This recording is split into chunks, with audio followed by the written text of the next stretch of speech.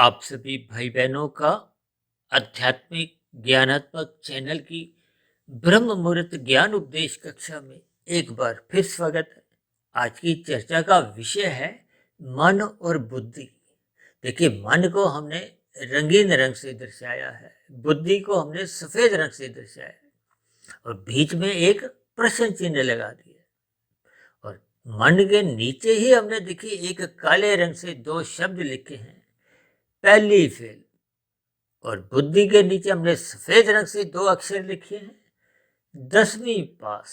देखिए, ये आज का विषय तार्किक स्तर पर भी कुछ आपको ज्ञान देगा और दार्शनिक स्तर पर भी आपको हमें कुछ सोचने पे बाध्य कर देगा कि आपका हमारा जीवन किस दिशा की ओर चल रहा है और किस दिशा की ओर आपको हमें चलाना चाहिए। क्योंकि मनुष्य योनि कर्म योनि है, साधना योनि का एक अवसर है। और साधना तो तभी आरंभ होती है जब सर्वप्रथम मनुष्य पाप कर्मों से बचा रहता है, यानी कि वो कर्म फल सिद्धांत की बारीकियों को समझ जाता है। और परमात्मा को पाने का जब मनुष्य का लक्ष्य बन जाता है, तो फिर ऐसी स्थिति विशेष में फिर मनुष्य की एक आध्यात्मिक यात्रा आरंभ होती है। यूं वो कि वो साधना करना आरंभ करता है, या दूसरे सरल शब्दों में यूं को कि आत्मा की परमात्मा की एक समुखता बनने लगती है। परमात्मा का प्रकृति के विषय भोगों से मनुष्य का ज्ञान पूर्वक वैराग्य होने लगता है। देखिए, कभी कभी भय से तो आपका हमारा वैराग्य अक्सर बीमारियों के दिनों में हो ही जाता है। अब किसी को देखिए मधुमेह का रोग है, तो वो तो मिठाई रसगुल्ला खाने से परहेज करता ही है।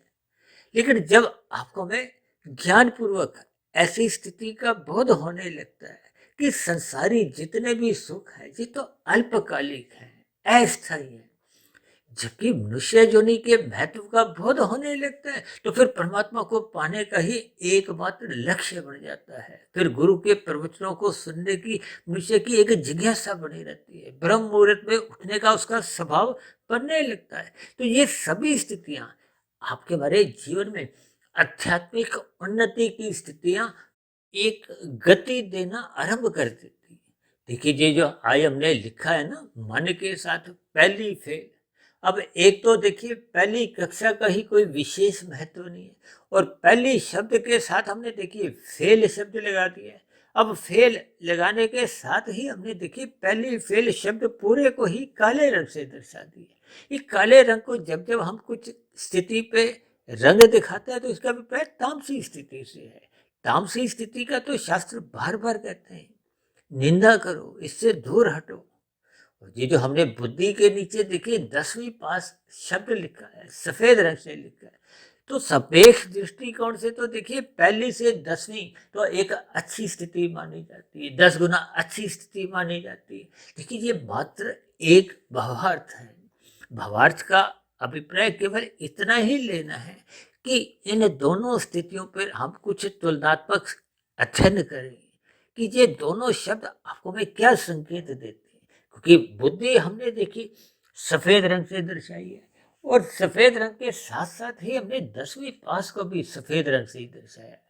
यानी कि ये 10वीं पास का एक महत्व तो है, लेकिन उतना महत्व नहीं है। देखिए, सफेद रंग से दर्शाने का इतना ही महत्व है कि मनुष्य तमोगुण से ऊंचा उठता हुआ रजोगुण में आता है, रजोगुण से भी ऊंचा उठता हुआ सत्वगुण में स्थित हो जाता है। क्योंकि सफेद रंग से 10वीं पास का जो हमने शब्द लिखे हैं, वो बस यहीं तक का ज्ञान देता है। देखिए, तमोगुण, रजोगुण और सत्वगुण की स्थितियों में अक्सर हम बार बार कहते रहते हैं, तमोगुण से 10 गुना अच्छा रजोगुण है, रजोगुण से भी 10 गुना अच्छा सत्वगुण है। और शास्त्र तो तमोगुण रजोगुण को एक बंधनदायक कहते हैं और सत्वगुण को एक मुक्तिदायक कहा जाता है। हालांकि इन तीनों ही स्थितियों में जब तक सकामता प्रकृति के विषय भोगों को भोगने की बनी रहती है, तब तक आपके हमारे आध्यात्मिक उन्नति के दरवाजे खुलते नहीं हैं। इन सभी स्थितियों पर मनुष्य को चिंतन करना चाहिए। इसलिए तो हमने देखिए मन को रंगीन रंग से दर्शाया, क्योंकि मन विषय भोगों की गलियों में अनादिकाल से उलझा हुआ है, फंसा हुआ है। मनुष्य की घमंड के इन 5 भोगी विषयों में रुचि बनी ही रहती है, जिसके फलस्वरूप आरंभिक स्थितियों में मनुष्य विधि विधान द्वारा केवल विहित कर्म करता है। विहित कर्म का अभिप्राय विधि विधान यानी जो शास्त्र आपको में अनुमति देते हैं। हालांकि रुचि तो देखिए 5 विषय भोगों में ही बनी रहती है, और ये विषय भोग क्या है? गंध, रस, रूप, स्पर्श और शब्द। और ये जो 5 स्थूल शरीर की ज्ञानेंद्रिय है, नाक, जिह्वा, आंख, त्वचा, कान, इन 5 ज्ञानेंद्रियों द्वारा हम इन 5 भोग्य विषयों का सुख भोगना चाहते हैं। और वर्तमान समय देखिए कलयुग की स्थितियां बनी हुई हैं। अब कलयुग की स्थितियों में मनुष्य की इन 5 भोग्य विषयों की जो रुचि दिन प्रतिदिन जो बढ़ती जा रही है, इसलिए तो ये 24/7 की स्थितियां अक्सर आपके हमारे घरों में प्रवेश कर चुकी हैं। और ये सभी स्थितियां आपको में बार बार ये 5 भोग्य विषयों का अधिक से अधिक सुख भोगने पर विवश कर देती हैं, बाध्य कर देती हैं। यानी कि 7 दिन 24 घंटे अब मनुष्य का विषय भोगों को भोगने का ही जब लक्ष्य बन जाता है, तो फिर ऐसी स्थिति विशेष में मनुष्य दिन रात भाग दौड़ करता है। किसके लिए? अधिक से अधिक धन कमाने के लिए, अर्थ कमाने के लिए। देखिए 4 पुरुषार्थ शास्त्रों में ही समझाए गए हैं, धर्म, अर्थ, काम, मोक्ष। अब धर्म का अभिप्राय विधि विधान से है, धर्मानुसार, यानी कि आपने हमने कानून का पालन भी करना है। शास्त्रों के अनुसार अपनी दिनचर्या थोड़ी व्यवस्थित रखनी होती है। इनका अभिप्राय एक राशि स्थितियों से है। और जब मनुष्य देखिए रजोगुण में रहता हुआ पहले दूसरों के सुखों का भी ध्यान करने लगता है, तो उसकी स्थिति राशि से फिर सात्विक बनने लगती है।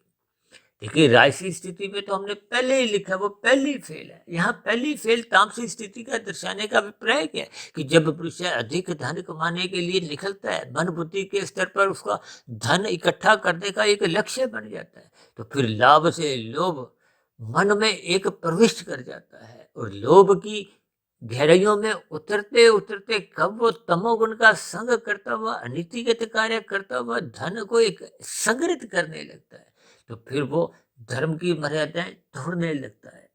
अब क्योंकि हमने देखिए मन के साथ पहले ही फेल लगाया, यानी कि उसको कर्मफल सिद्धांत की बारीकियों का बोध नहीं है, क्योंकि उसका कोई ज्ञान ही नहीं है। वो अज्ञानता में जीता है, वो तमोगुण में गिरता हुआ कब कितने पाप कर्म करता रहता है, उसको इस बात का बोध ही नहीं रहता, क्योंकि उसकी पहली फेल जैसी एक स्थिति है। उसको ज्ञान ही नहीं कि जो पाप कर्मों द्वारा वो धन आज एकत्रित कर रहा है, भविष्य में दुख रूपी परिणाम उसको भुगतने होंगे। वर्तमान समय वो जो पाप कर्म कर रहा है, उसका पाप कर्मों का कर्माशय उसका कार्य शरीर में बिगड़ता जा रहा है। बिगड़ा हुआ कर्माशय के फलस्वरूप उसके संस्कार बिगड़ते जा रहे हैं। ये बिगड़े हुए संस्कार ही मन बुद्धि के स्तर पर बार बार फुरने जगाते हैं। तो ये जो 10वीं पास वाली स्थिति है, देखिए 10वीं पास करके भी आज के कलयुग में आप देखते हो कि कोई विशेष उन्नति यहाँ पर हम कर नहीं पाते। कि जब तक कोई मनुष्य कॉलेज में नहीं जाता, बीए, एमए, एमबीए या आईआईटी, आईआईएम यानी कि उच्च शिक्षा जब तक वो ग्रहण नहीं करता, तो उसको कोई बड़े पद की एक प्राप्ति हो नहीं पाती। यानी कि बुद्धि के स्तर पर, भौतिक ज्ञान के स्तर पर भी जब तक हम 10वीं पास तक ही रहते हैं, तो आपका हमारा एक साधारण सी स्थितियां मिलती हैं। देखिए ये बहुत ही एक शब्दों में नपा तुला ज्ञान आपको मैं इस आध्यात्मिक स्थितियों से थोड़ा मन मस्तिष्क के स्तर पर इसको तोलना है। अब क्योंकि देखिए बुद्धि केवल 10वीं ही पास है, अधिक उसमें भौतिक शिक्षा अभी आई नहीं है। इसका अभिप्राय क्या है कि शास्त्रों का उसको कोई विशेष ज्ञान नहीं है, बुद्धि है लेकिन ये अभी राशि बनी हुई है। यानी कि ये सात्विक बुद्धि बन नहीं गई।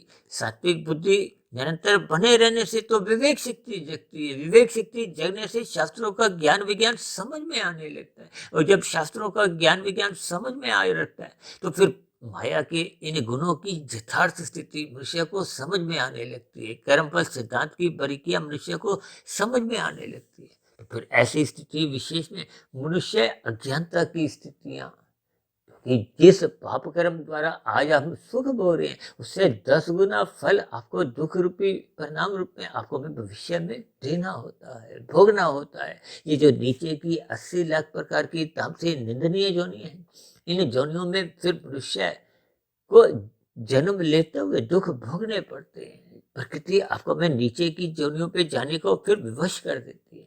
इनका अभिप्राय केवल इतना ही है, यानी कि राशि बुद्धि बने रहने से फिर मन और बुद्धि में एक दोस्ती हो जाती है। हालांकि हमने बुद्धि को तो देखिए सात्विक स्थिति से दर्शाया, लेकिन जब जब ये विषय भोगों में अधिक रुचि लेती है, श्रद्धा पूर्वक सत्संग करती नहीं है, तो विषय भोगों में मन के साथ साथ जब बुद्धि की भी आसक्ति बढ़ने लगती है, तो फिर मन और बुद्धि में दोस्ताना संबंध बन जाते हैं। ये जो बुद्धि सफेद रंग की सात्विक दिख रही है, ये फिर मन के समान ये राशि बन जाती है। अब मन और बुद्धि दोनों ही संसार की गलियों में कहो, पांच भोग्य विषयों में कहो, वो फिर गहरे तल पे उतरने लगते। जब गहरे तल पे उतरने लगते हैं, तो फिर कब रजोगुण में रहते हुए उसका सतोगुण का पकड़ा हुआ हाथ कमजोर पड़ने लगता है, छूटने लगता है, तो फिर ऐसी स्थितियों में देखिए मन और बुद्धि राशि से कब तामसी बन जाते हैं। देखिए तामसी बनने का अभिप्राय क्या है? ये जो कलयुगी पांच स्थितियां हैं, धूत कीड़ा, मदपान, स्त्री संग, हिंसा और अनीतिगत कार्यों से कमाया गया धन, देखिए ये सभी कलयुगी स्थिति हैं, तामसी स्थितियां हैं। शास्त्र बार बार कहते हैं इनकी निंदा करो। और जब बुद्धि राशि रहती नहीं है, तामसी बन जाती है, तो फिर वो अनीतिगत कार्य करने में मन और बुद्धि मिल जाते हैं। देखिए ये जो आज जितने भी डिजिटल अपराध होते हैं, छीना झपटी की स्थितियां हैं, या विभिन्न प्रकार के घोटाले जो आप और हम अपने जीवन में सुनते आए हैं, समाचार पत्रों में पढ़ते आए हैं, ये इसका अभिप्राय क्या है? कि बुद्धि अब तामसी बन गई है, यानी कि बुद्धि का अब रुझान मन के आसपास ही मंडरा रहा है। यानी कि जो बुद्धि 10वीं पास भी थी, वो भी अब पहली फेल वाले के साथ जब दोस्ती कर लेती है, तो फिर वो अपना स्वयं का ज्ञान भी भूलने लगती है। इन सभी स्थितियों के आपको में भावार्थ समझने होंगे। यह 10वीं पास का अभिप्राय आप आत्मा से भी ले सकते हो, मनुष्य से भी ले सकते हो। यानी कि 10वीं पास करने के बाद तो आपको हमें 12वीं पास करनी है, फिर कॉलेज में जाना है, फिर उच्च शिक्षा ग्रहण करनी है। किस लिए? ताकि हम भौतिक स्तर पर एक ऊंचे पद को प्राप्त कर सके। ठीक इसके भावार्थ आपने क्या समझना है? कि मनुष्य जोनि पाकर आपको अपनी साधना करनी है। ये जो सकाम कर्म हम अपने जीवन में करते रहते हैं, हालांकि देखिए एक चोरी डकैती से पुरुषार्थ करना, यानी कि तमोगुण से रजोगुण में स्थित होना तो अच्छी बात है। अब रजोगुण से भी सतोगुण की स्थिति जो हम परोपकार के कार्य करते हैं, वो भी एक अच्छी स्थिति है। लेकिन जब तक इनमें सकामता बनी रहती है, तो हम प्रकृति के एक 3 गुणों से ही बंधे रहते हैं। यानी कि माया की स्थितियां कहो, ये कभी तामसी बन जाती है, कभी राशि, कभी सात्विक। हालांकि रजोगुण से सात्विक स्थिति अच्छी मानी गई है, और कहीं कहीं तो शास्त्रों में यहाँ तक बार बार कहा गया कि कर्म कांडों को भी ज्ञान पूर्वक करो, ताकि आपके हमारी सात्विक स्थिति मजबूत हो। लेकिन सात्विक स्थिति मजबूत तब होती है जब हम परमात्मा को पाने का एक लक्ष्य बना लेते हैं। फिर आपका हमारा सत्संग श्रद्धा पूर्वक होने लगता है। ये श्रद्धा पूर्वक सत्संग होने का अभिप्राय क्या है? कि फिर हम 12वीं कक्षा में जाते हैं, फिर हम कॉलेज में एडमिशन दाखिला लेते हैं, फिर और ऊंची कक्षाओं में जाते हैं। इसका अभिप्राय क्या है? कि श्रद्धा पूर्वक किए गए सत्संग का जब हम ब्रह्म मुहूर्त में उठकर चिंतन मनन करते हैं, तो ये एक ऊंची कक्षा है। जबकि मन बुद्धि के स्तर पर जब जब राशि मनुष्य सत्संग करते हुए दिखाई देते हैं, उनका तो सत्संग ही देखिए श्रद्धा पूर्वक होता नहीं है, बेमन से होता है। अब मन कहाँ लगा हुआ है? भोगों में 24/7 विषय भोगों की गलियों में ही उलझा रहता है। तो फिर मन ये पहली फेल वाली स्थिति में ही उलझा रहता है। इसका अभिप्राय ये है कि मनुष्य जोनि तो आपको मैं परमात्मा को जानने के लिए, समझने के लिए, पाने के लिए मिली है, और उस जोनि विशेष में हम इस माया के 5 विषय भोगों में ही उलझे हुए हैं, अटके हुए हैं। और उन सभी स्थितियों को जब मनुष्य अज्ञानता पूर्वक छीना झपटी करता हुआ तामसी स्थितियों में निंदनीय स्थानों पर गिरने लगता है, पाप कर्म करने लगता है, जिसके फलस्वरूप मनुष्य अपना ही कर्माशय बिगाड़ता हुआ, यानी मरने के बाद की जो एक स्थिति है, जो कर्माशय के आधार पे ही मिलती है। तो मनुष्य जब अपना कर्माशय बिगाड़ लेता है, तो फिर मरने के बाद ये जो नीचे की अधोगति की स्थितियां हैं, 80 लाख प्रकार की तामसी दंडमय योनियां, उन्हें निकृष्ट योनियों में फिर मनुष्य को जन्म लेना पड़ता है। प्रकृति आपको में भत्या कर देती है, जबकि मनुष्य योनि आपको में देखिए साधना करने का एक अवसर मिला था। और इस मनुष्य योनि का हम दुरुपयोग करते हुए, यानी कि जब बुद्धि ही पहली फेल के साथ दोस्ती कर लेती है, जबकि मन के ऊपर तो देखिए बुद्धि उसकी बॉस है। बुद्धि को ही सही गलत की पहचान है, मन को सही गलत की पहचान नहीं है। और मन ही स्थूल शरीर की ज्ञानेंद्रियों को और कर्मेंद्रियों को दिशा निर्देश जारी करता है। यही उपदेश तो भगवान श्री कृष्ण जी ने गीता में अर्जुन के रथ के 5 घोड़ों की लगाम को अपने हाथ में रखते हुए यही एक ज्ञान उपदेश दिया है कि आपको मैं मन को ये विषय भोगों की गलियों में यूं ही आवारागर्दी करने नहीं देना, इसको बुद्धि की लगाम से नियंत्रित करना है। और बुद्धि देखिए सात्विक बनी रहनी चाहिए। फिर सात्विक बुद्धि निरंतर बनी रहने से, श्रद्धा पूर्वक सत्संग होने से, ब्रह्म मुहूर्त में उस किए गए सत्संग का जब चिंतन मनन होने लगता है, फिर कारण शरीर में वो सहज ही धीरे धीरे शुभ संस्कार बनने लगते हैं। तो ये सभी स्थितियां विवेक शक्ति जगने के संकेत हैं। यानी कि जब मनुष्य 10वीं पास से आगे 12वीं कक्षा में, कॉलेज में, फिर आगे की एमए, एमबीए या ऊंची क्लासों पर जाता है, तो ये सभी साधना की स्थितियां हैं, कर्म योग की स्थितियां हैं, ज्ञान योग की स्थितियां हैं, भक्ति योग की स्थितियां हैं। ये सभी स्थितियां, योग की स्थितियां देखिए साधना के ही दूसरे नाम है। यानी कि साधना करने का जो आपको में अवसर मिला है, इस अवसर को आपको में अपने जीवन में इस्तेमाल करना है, सदुपयोग करना है।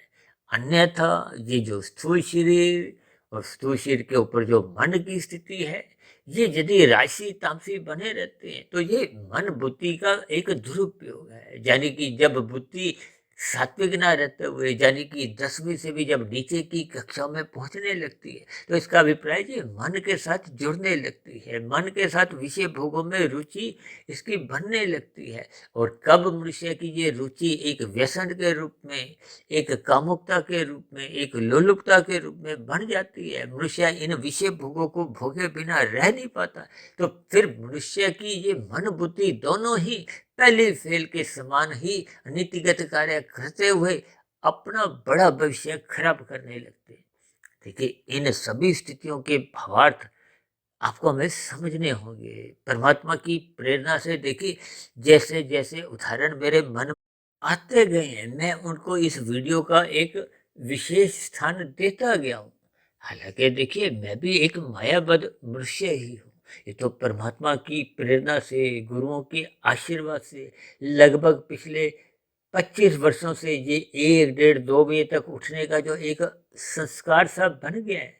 इन सभी ब्रह्म मुहूर्त की स्थितियों में जैसे जैसे कुछ बातें मेरे समझ में आ जाती हैं, देखिए समझना परमात्मा की एक विशेष कृपा भी होती है, लेकिन समझाने में तो विशेष रूप से परमात्मा की कृपा बिना बने फिर समझाने की स्थितियां बन नहीं पाती। यानी कि समझना एक अच्छी स्थिति है, लेकिन समझाना बिना परमात्मा की कृपा के संभव ही नहीं होता। और मैं तो देखिए एक मायाबद्ध हूँ, इसलिए मेरे सभी संबोधनों में एक आध्यात्मिक मित्र का ही नाम आपने सुना होगा, पढ़ा होगा। इसलिए मेरी आप सभी भाई बहनों से विनती है कि आज की वीडियो विशेष को भी आप एकांत भाव से सुनो। इस वीडियो के चित्र पर अपनी निगाह बनाए रखो, इनके रंगों पर अपना विशेष ध्यान केंद्रित करो, क्योंकि तमोगुण को हम काले रंग से दर्शाते हैं, रंगीन रंग को हम रजोगुण से दर्शाते हैं, और सतोगुण को हम, सात्विक स्थिति को हम सफेद रंग से दर्शाते हैं। जैसे शाम को अंधकार की स्थितियां बनती हैं, तो अब प्रकाश करने के लिए हम बल्ब ट्यूब जलाते हैं। जैसे प्रकाश की रोशनी देखिए सफेद रंग की होती है, ठीक उसी तरह हम इन अक्षरों को सफेद रंग से दर्शाते हुए, और विशेष रूप से ये प्रश्न चिन्ह की स्थितियां जो आपके हमारे जीवन में बार बार आपका हमारा दरवाजा खटकाती हैं कि सत्संग करो, सत्संग करो। और हम तो अपनी चर्चाओं के अंत में बार बार कहते रहते हैं कि रात को मौनात्मक स्थितियों से बचने के लिए रात को जल्दी सो जाओ, सुबह ब्रह्म मुहूर्त में उठो। ब्रह्म मुहूर्त एक सतोगुण की शुद्धतम स्थिति होती है, जिसका संग करने मात्र से आपके भरी विवेक शक्ति जगने लगती है। और ये विवेक शक्ति जगने पे फिर मनुष्य के ये जो 5 विषय भोग हैं, ये आपको में उलझाती नहीं है। ये जो 24/7 की स्थितियां आपके हमारे जीवन में प्रवेश कर चुकी हैं, फिर इन सभी स्थितियों का केवल अवस्थानुसार, ताकि आपके हमारे जीवन का गुजर बसर भी हो सके, परिवार का लालन पालन हो सके और परोपकार के कार्यों को भी हम निष्काम भाव से करने की स्थिति में हो। इन सभी स्थितियों के आपको में भावार्थ समझने होंगे। यानी कि अपने मिले हुए जीवन में ये जो आज मैंने मन को पहली फेल और बुद्धि को 10वीं पास से कुछ विशेष संदर्भ में दिखाने का एक प्रयास किया, इन सभी स्थितियों पर आप जैसे जैसे वीडियो एक बार सुनोगे, 2 बार सुनोगे, 3 बार सुनोगे, तो हर बार सुनने पे आपको इन सभी स्थितियों की अलग अलग गहरे भावार्थ सहज ही मिलने लगेंगे। और वो गहरे भावार्थ ही आपको में परमात्मा से जोड़ने में सहायक बनते हैं। तो ऐसी सभी शुभ स्थितियां हम सभी भाई बहनों की जीवन में भी बनने लगी, ताकि बुद्धि में ये विवेक शक्ति जगने लगे। जो 10वीं पास है, ये नीचे गिरने की बजाय, यानी कि मन से इसकी दोस्ती होने की बजाय, ये 10वीं से 11वीं 12वीं या कॉलेज के स्तर पर आगे बढ़ती जाए। यानी कि आपके भरी विवेक शक्ति क्रमशः जगती जाए। विवेक शक्ति जगने से ही सात्विक स्थिति मजबूत होती है। जैसे आईएएस की परीक्षा उत्तीर्ण करने के लिए पहले आपको में देखिए एक प्रिलिमिनरी टेस्ट पास करना एक अनिवार्य होता है। वो एक प्रारंभिक परीक्षा होती है। यदि हम उसको ही पास नहीं कर पाते, तो फिर हम मुख्य परीक्षा में बैठने के अधिकारी ही नहीं है। ठीक इसी तरह जब तक हम बुद्धि को सात्विक नहीं बनाते, विवेक शक्ति जगाते नहीं है, तो फिर ये जो कर्म योग, ज्ञान योग, भक्ति योग, यानी कि जो योग की स्थितियां हैं, साधना की स्थितियां, ये फिर जन्म ही नहीं लेती। इन सभी स्थितियों के आपको हमें भावार्थ समझने होंगे। अपने मिले हुए जीवन का सदुपयोग करते हुए इस विवेक शक्ति को जगाना होगा। यानी कि 10वीं पास से आगे की ओर आपको हमें बढ़ना होगा। और भूल कर भी इस बुद्धि को मन की दोस्ती के साथ, यानी कि 10वीं से आपको हमें नीचे की कक्षाओं में पहली फेल वाली स्थितियों में उलझाना नहीं है। इन सभी स्थितियों की गहरे भावार्थ आपको हमें समझने होंगे। तो ऐसी सभी शुभ स्थितियां हम सभी भाई बहनों के जीवन में भी निरंतर बढ़ती जाएं, ताकि हम आध्यात्मिक ज्ञान की कक्षाओं में ऊंचाइयों छूते जाएं।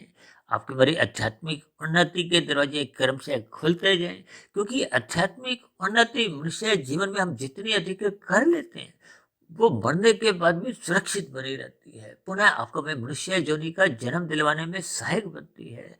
संस्कारी माता पिता दिलवाती है। गुरुजनों का संग सहज ही उपलब्ध करवाती है, जिसके फलस्वरूप परमात्मा की नजदीकियां निरंतर बनी रहती है। यानी कि कारण शरीर क्रमशः शुद्ध होते होते जब ये पूर्ण रूप से शुद्ध हो जाता है, तो फिर स्थूल शरीर के मरने पे हम मोक्ष की स्थिति की प्राप्ति कर लेते हैं। यानी कि आध्यात्मिक शरीर की प्राप्ति कर हम लंबे काल के लिए एक आनंदमय जीवन बिताते हैं। तो ऐसी सभी शुभ स्थितियां हम सभी भाई बहनों के जीवन में भी बनना आरंभ हो। इन्हीं शुभ कामनाओं के साथ आज की चर्चा विशेष को अब यहीं विश्राम देते हैं। शाम को फिर मिलते हैं संध्या बेला ज्ञान कक्षा में। तब तक आप अपने आध्यात्मिक मित्र सुधीर भाटिया फकीर को इजाजत दें। फिर भी वीडियो संबंधित आपके मन में कोई प्रश्न उठ रहे हो, क्योंकि आज की वीडियो अपने आप में देखिए कुछ दार्शनिक स्थितियों को भी समझाने का इसमें मैंने एक प्रयास किया था। तो हो सकता है दार्शनिक स्थितियों पर देखिए समझाते समझाते कभी कभी कुछ चूक भी हो जाती है, क्योंकि मैं भी एक मायाबद्ध ही हूँ।